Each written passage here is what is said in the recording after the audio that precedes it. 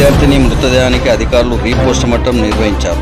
మెదక్ జిల్లా టేక్మాల్ మండలం తంపులూరు గ్రామానికి చెందిన సుప్రజ తన ఇంట్లో ఉరివేసుకొని అనుమానాస్పదంగా మృతి చెందిన ఆత్మహత్య ఘటనపై పలు అనుమానాలు ఉన్నాయని టేక్మాల్ పోలీసులకు మృతురాలి మామ ఫిర్యాదు చేశారు. ఫిర్యాదుపై స్పందించిన టేక్మాల్ పోలీసులు కేసు నమోదు చేసుకుని మృతదేహానికి సమాధి వద్ద రీపోస్టుమార్టం నిర్వహించారు.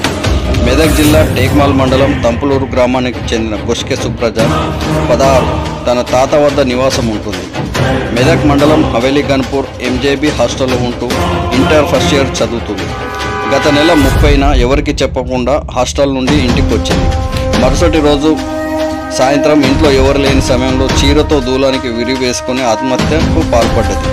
చదువులో ఒత్తిడి భరించలేక చనిపోయిందేమో అనుకుని బంధువులందరి సమక్షంలో సుప్రజకు ఘనంగా అంత్యక్రియలు నిర్వహించారు. అనంతరం 1న సొంత పొలంలో పూడ్చారు.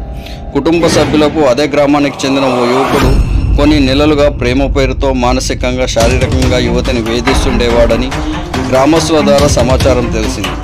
దీంతో తన మేనకోడలి మృతిపై పలు అనుమానం ఉన్నట్లు సుప్రజ మామ బొష్కె సాయిలు ఈ నెల 7న టేక్మాల్ పోలీసులకు ఫిర్యాదు చేశారు. ఈ ఘటనపై టేక్మాల్ పోలీసులు కేసు నమోదు చేసుకొని విచారణ చేపట్టారు. దర్యాప్తులో భాగంగా మంగళవారం అల్లాదుర్గం సిఐ రేణుక, తహసీల్దార్ కృష్ణ, ఏఎస్ఐ తుక్కయ్యల సమక్షంలో పూడ్చిన ప్రాంతంలోని మృతదేహం బయటికి తీశారు.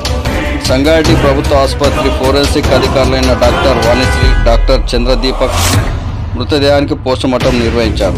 ఈ నివేదిక వచ్చిన తర్వాత కేసు పూర్వాపరాలు తెలుస్తాయని పోలీసులు తెలిపారు. కాగా ఈ ఘటన జిల్లాలో తీవ్ర కలకలం రేపింది.